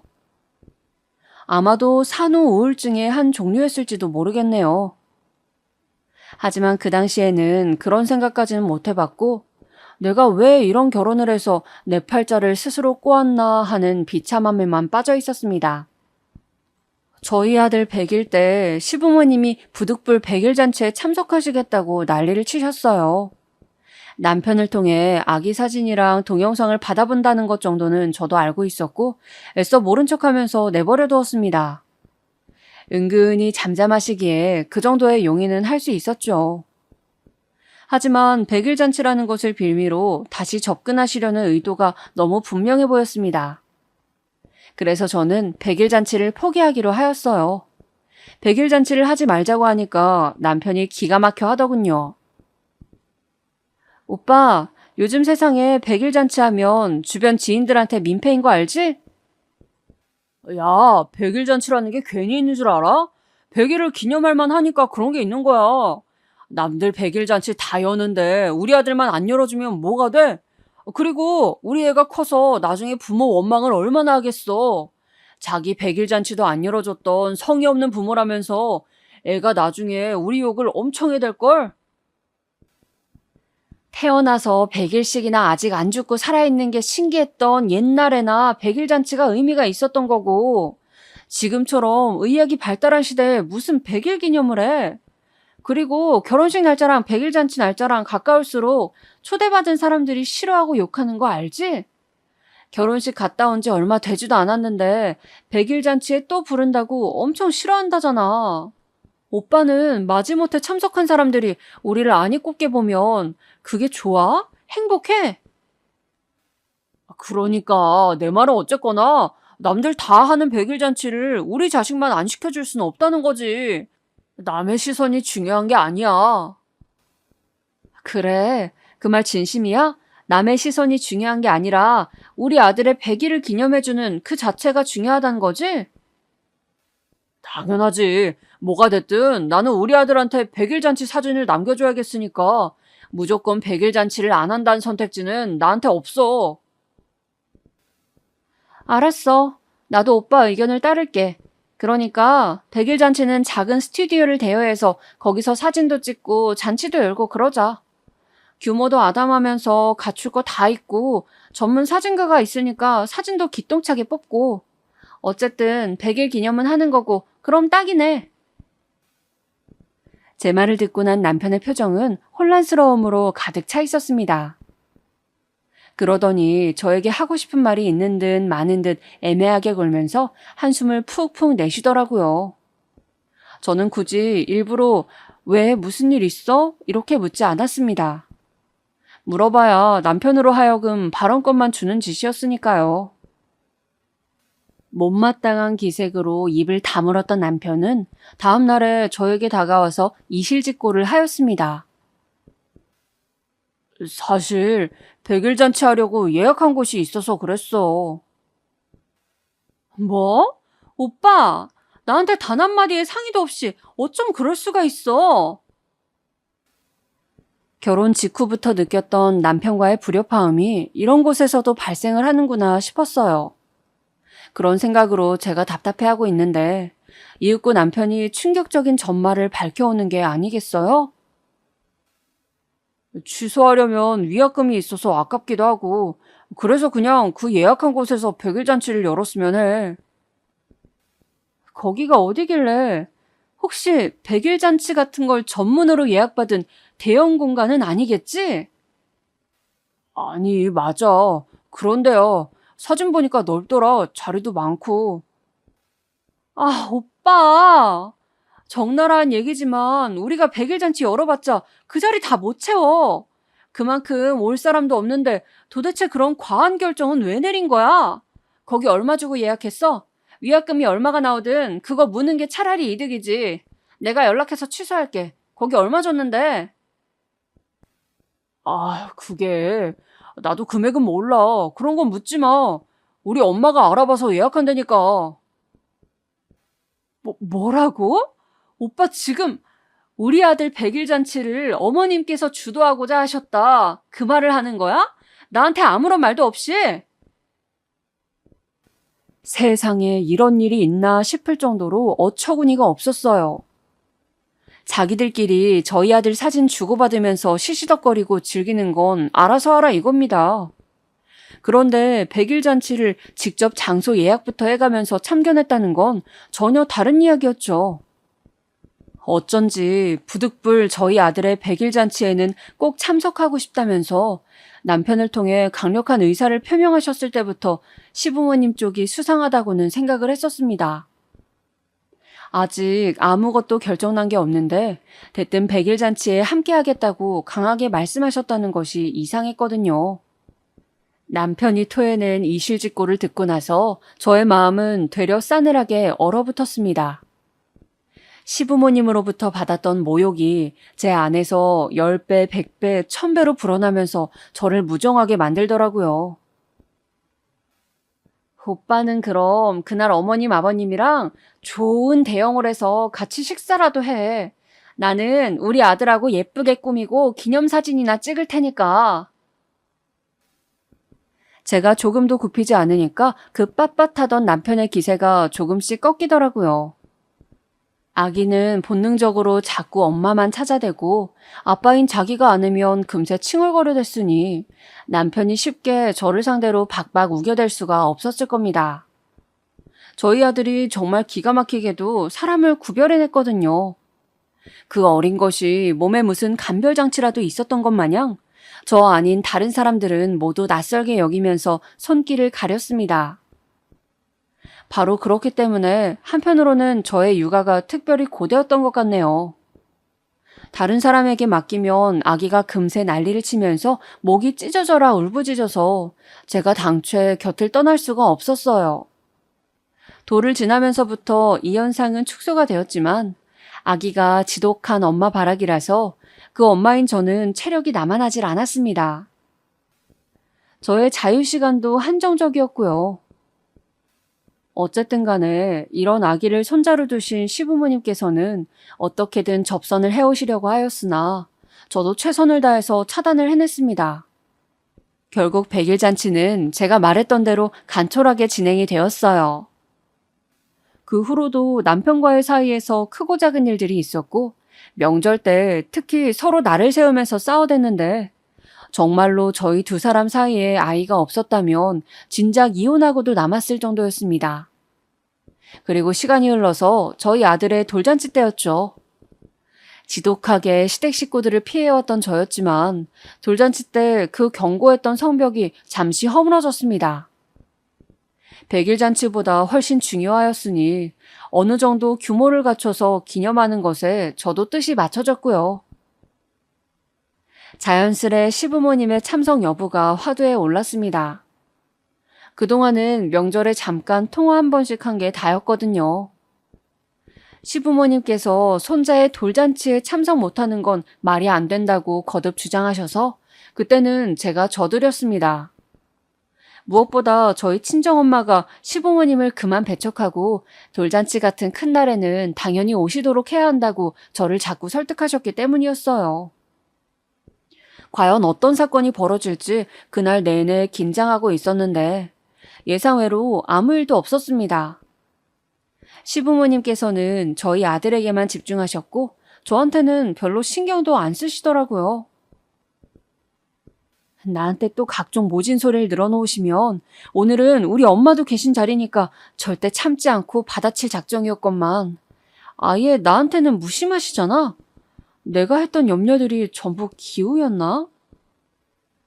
의문스러웠지만 어쨌든 다행이라고 생각했어요. 친정엄마가 보시는 앞에서 시부모님과 얼굴 붉힐 일이 발생하지 않았으니까요. 무탈하게 돌잔치 날이 지나간 이후 시어머니께서 남편을 통해 말씀을 전해오셨습니다. 여러 가지 말씀들을 하셨는데 요약을 해보자면 전에는 내가 미안했고 앞으로 잘 지내보자. 나도 막상 손자가 생기니까 너무 좋다. 그래서 자주 보고 싶다라는 것이 시어머니께서 저에게 전하고자 하시는 말씀이었습니다. 솔직한 심정으로는 내키지 않았지만 저희 아들이 태어나기 직전부터 돌잔치가 끝난 이후까지 저는 시댁과 아무런 왕래도 없이 지냈기 때문에 손자의 어여쁨을 알아보신 시부모님께 어쩌면 너무한 처사였으려나 하는 생각이 피어오르기도 하였어요. 그래서 주말 같은 때에 남편이 저희 아들을 데리고 시댁에 가길 시작했습니다. 저는 아직 제가 아무렇지 않게 시부모님을 뵙기에는 조심스러운 심정이라고 하였고요. 그래, 시간이 좀 지나면 너도 자연스럽게 우리 아버지랑 엄마랑 어울리게 될 거야.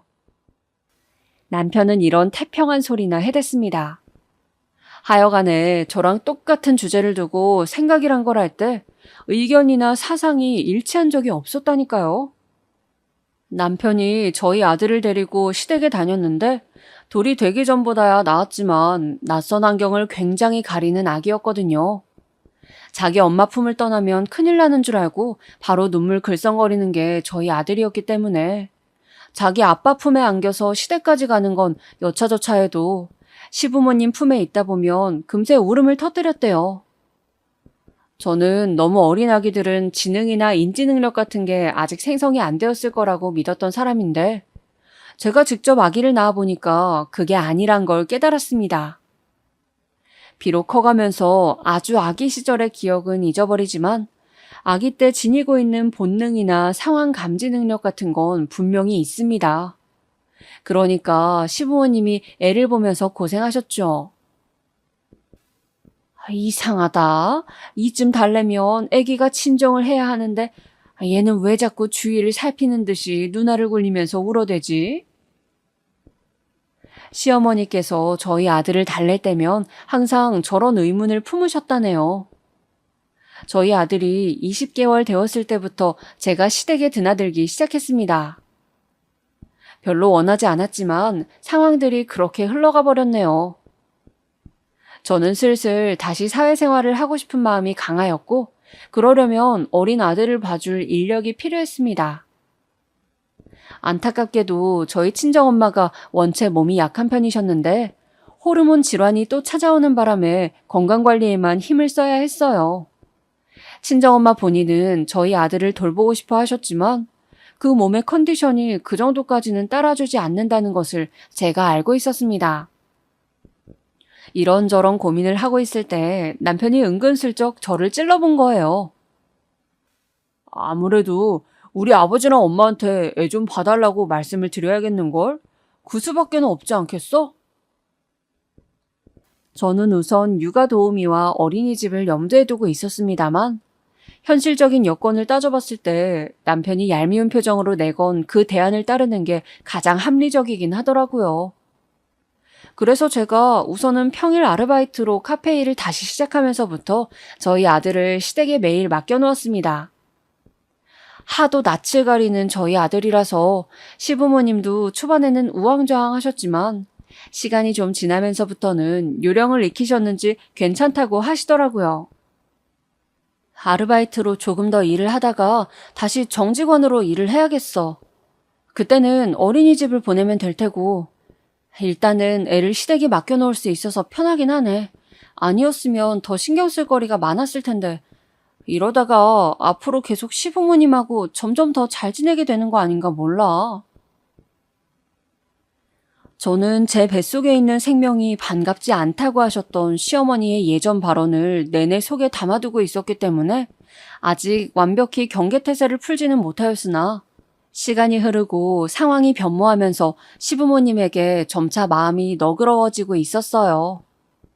아이를 낳고 키우면서 남편하고는 여전히 우리는 안 맞는구나를 체감하고 있었지만 그냥 부부로서 함께 이 세상에 생명을 내보낸 동지로서 그냥 책임감 하나로 이악 물고 버텨왔습니다.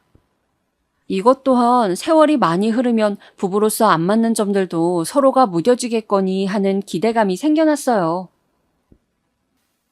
아이가 태어난 이후로 점차 모든 게 바로잡혀진 느낌이야. 앞으로 더 괜찮은 모양새를 갖춘 가족으로 성장할 수 있게 나도 노력을 해봐야겠다. 저는 이런 생각을 가지고 하루하루를 주어진 시간 안에서 열심히 살고 있었습니다. 하지만 다시 회복할 수 없는 균열, 그것이 시작되고 있었을 줄은 차마 꿈에서조차 알지 못했습니다. 우선 저희 친정엄마의 건강이 더욱 악화되면서부터 그 균열이 드러났던 것 같아요.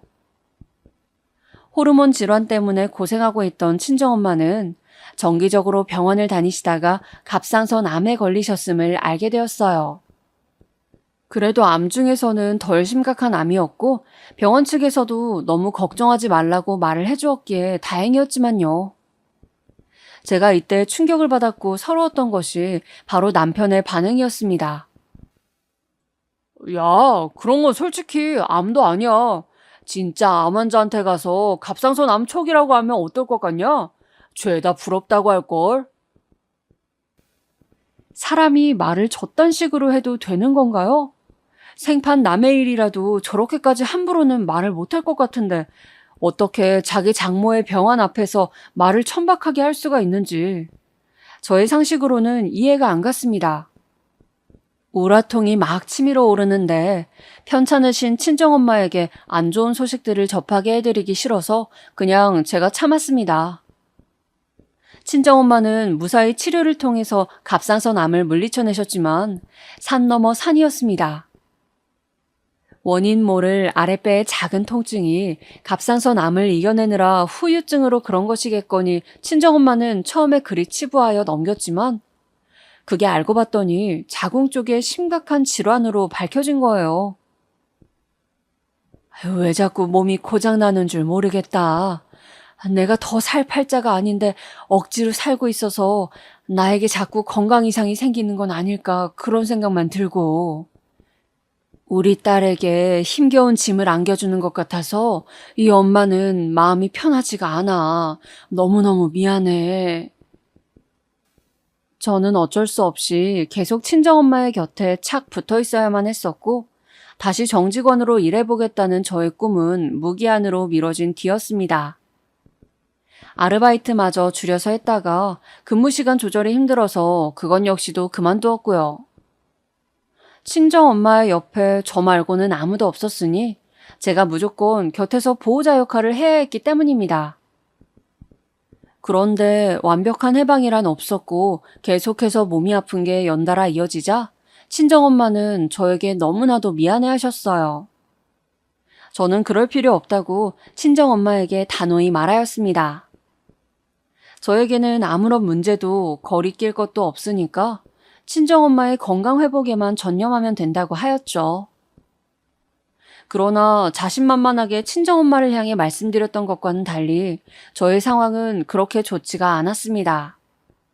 제가 친정엄마에게 계속해서 매달려 있다 보니까 어린 아들을 돌보는 일도 집안일도 밖에 나가서 경제생활을 하는 것도 전부 다 하지 못했거든요.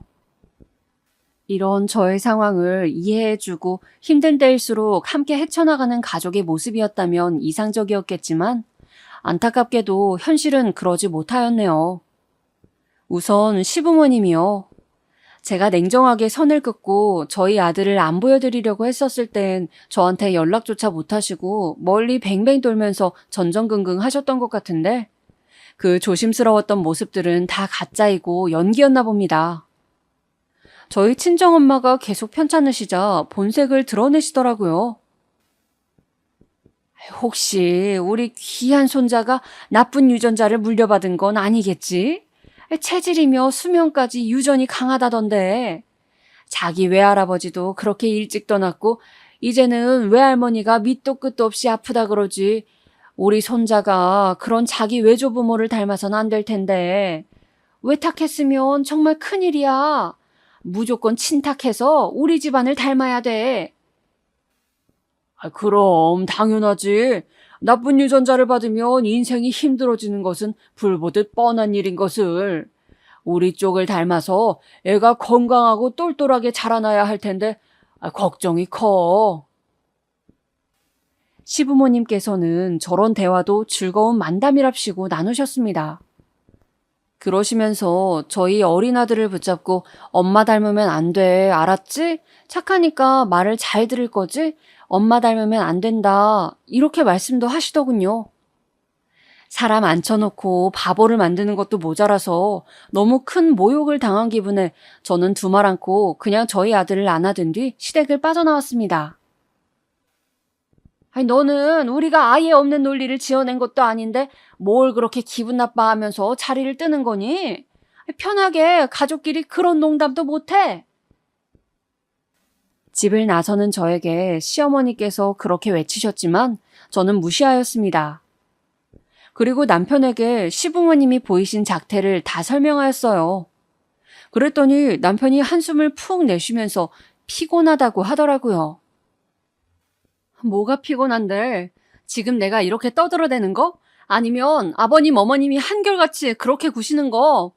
어느 쪽이 피곤한지 어디 한번 정확히 말 좀 해봐. 지금 너의 이런 태도 자체가 나를 피곤하게 만들어. 나는 네가 장모님 간호하느라 지금 벌써 몇 달째 그쪽에만 매달려 있어도 불만 한번 찍소리 안 뱉었거든. 그런데 너는 뭐가 금방 이렇게 불만이야? 오빠, 그게 비교 가능한 거라고 나한테 지금 말을 하는 거야? 우리 엄마가 계속 편찮으시니까 병원 치료를 받아야 하니까 내가 거기에 붙어 있는 게 당연하잖아. 이런 당연한 일을 두고서 불만을 안 터뜨렸으니까 오빠는 지금 자기가 대단히 잘했다고 생각하는 거네. 자기 장모님이 편찮으신 상황에서는 무조건 불만을 안 터뜨리는 쪽이 정상인 거야. 제발 좀 착각하지 마. 그럼 너는 지금 불만 터뜨리는 게 정상이고 그게 맞는 거고? 우리 아버지랑 엄마가 원래 말씀을 좀 그렇게 하시는 분들이라고 내가 몇 번이나 말했잖아. 그런데 굳이 심각하게 받아들여서 네가 이렇게 행동하는 거 나로서는 이해 불가야. 오빠는 정말로 나랑 안 맞는다. 사고방식 자체가 오빠랑 나랑은 완전히 다른 사람이야. 그래 됐다. 무슨 말이 통하겠어. 말 나온 김에 내가 진짜로 너한테 불만이 있었던 거 한 가지만 얘기하자. 나는 원래 결혼하면 우리 부모님하고 더 잘 가까이 지내고픈 생각이 강했었어. 시부모님 모시고 사는 그런 며느리를 내가 얻어들이면 좋겠다는 생각을 하고 있었고. 그런데 너는 정반대의 인물일 뿐더러 자기 시부모님 앞에서 아나무인으로 구는 최악의 며느리야. 남편이 갑자기 자기 속마음에 있던 얘기를 꺼내드는데 듣고 나서 저는 배신감이 들었어요. 더 이상 이 인간에게 실망할 구석이란 추가로 남아있지 않다고 생각했건만 아니었더라고요. 결혼하고 나면 신혼만 잠깐 따로 즐기다가 시댁에 들어가서 함께 살 생각이었다고, 원래 계획은 그러했다고 남편이 밝혀왔습니다. 아이를 낳고 나면 시댁에서 시부모님과 함께 아름다운 공동 육아를 하는 모습을 그렸대요. 하지만 제가 출산 직전에 완전히 마음이 틀어져 버렸고 시부모님을 보고 싶지 않다고 선언하면서 남편의 몰래 세웠던 그 계획이 무산되었던 것입니다. 그래서 남편은 쭉 마음속으로 저에게 깊은 불만을 품어왔다고 했어요.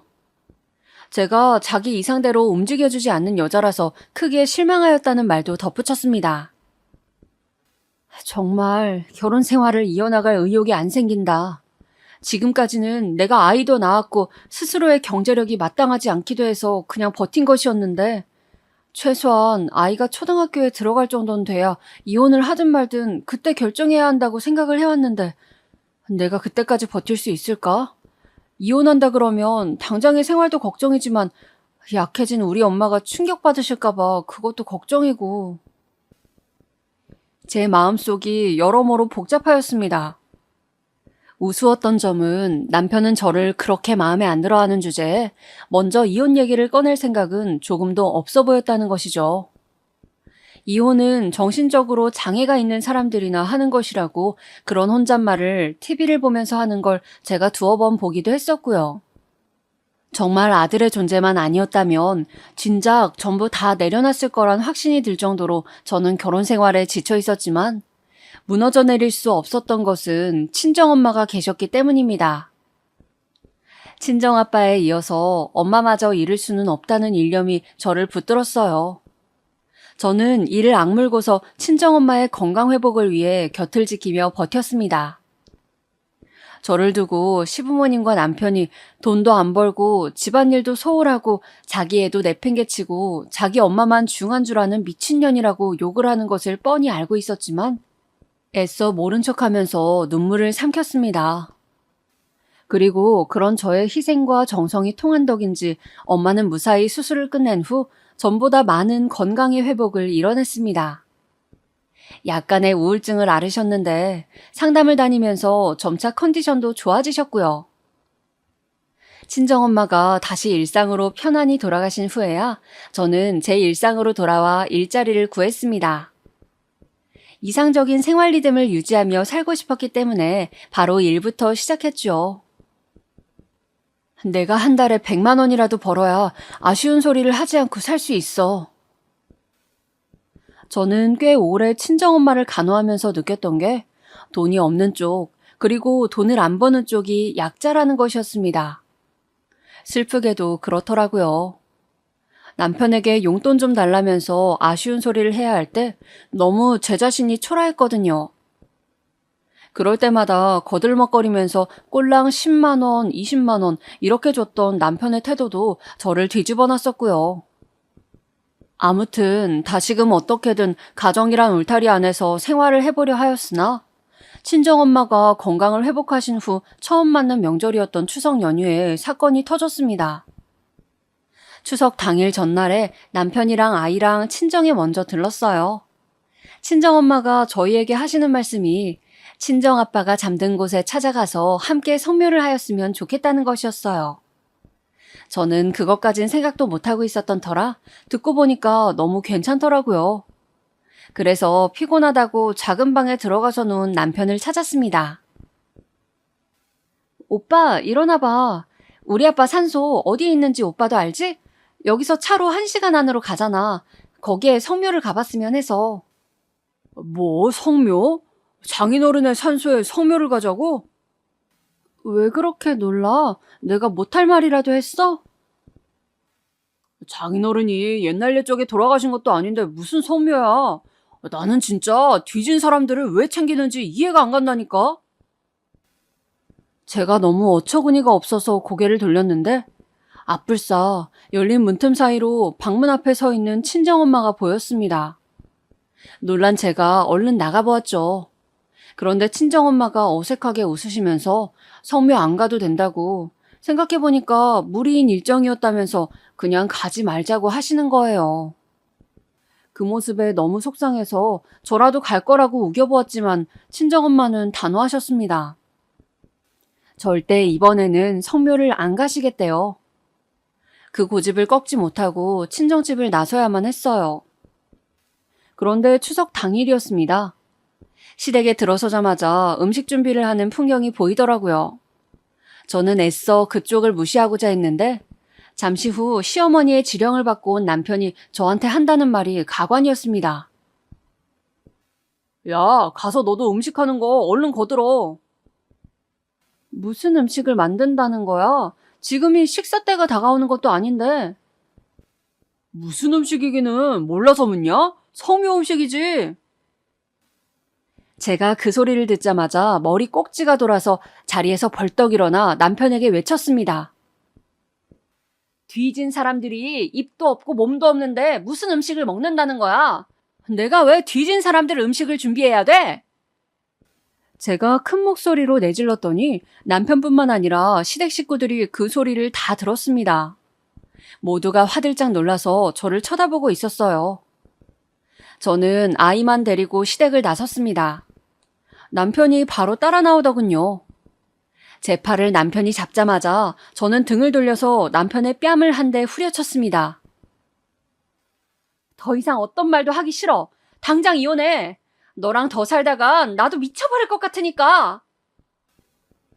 저는 이혼을 선언하였습니다. 그 후로 남편이 저의 마음을 돌리려고 뒤늦게 가식적인 연기를 선보였지만 저는 넘어가지 않았죠. 이혼을 안 해주겠다고 그러길래 제가 소송 걸겠다고 했습니다.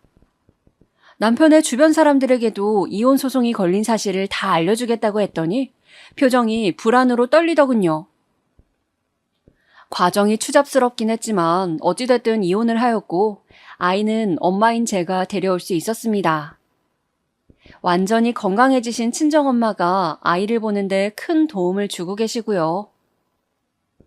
앞으로는 지난 과오를 답습하지 않도록 정신 차리고 살려고 저는 부단히 노력 중이에요.